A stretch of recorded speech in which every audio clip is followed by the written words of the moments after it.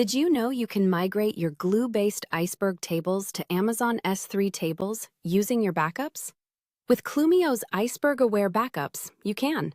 Let me show you how. Here in Clumio, I can see all my glue-based Iceberg tables. Let's click into one of them. Now I can see all the backups available for this table, each capturing the state of my Iceberg snapshots from each day. Now when I start a restore, I've got options. I can migrate all my Iceberg snapshots for this table, select just a subset, or pick a specific point in time to migrate. For this demo, let's migrate all snapshots. Next, I choose where to restore. I can always migrate to the same account and region where the backup came from. But in this case, let's migrate to a completely different account. Now here's the special part. I get to choose my catalog type. Instead of restoring back to a glue-based Iceberg table, I'm selecting an Amazon S3 table type. This is where the migration happens. Let's kick it off.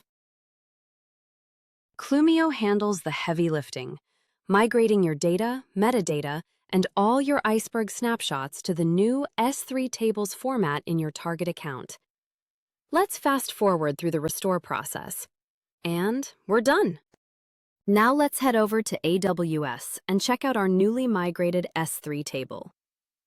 Because Clumio performs Iceberg-aware backups, this table is functional from the moment it's restored, ready to query, in most cases, without manual configuration, metadata adjustments, or additional work. Let's fire up Athena and test it out. Perfect. Our data is right here. And look at this. Every single Iceberg snapshot made the journey too, completely preserved and available for time travel queries. And that's it. With Clumio, migrating from glue-based Iceberg tables to Amazon S3 tables is as simple as a backup and restore.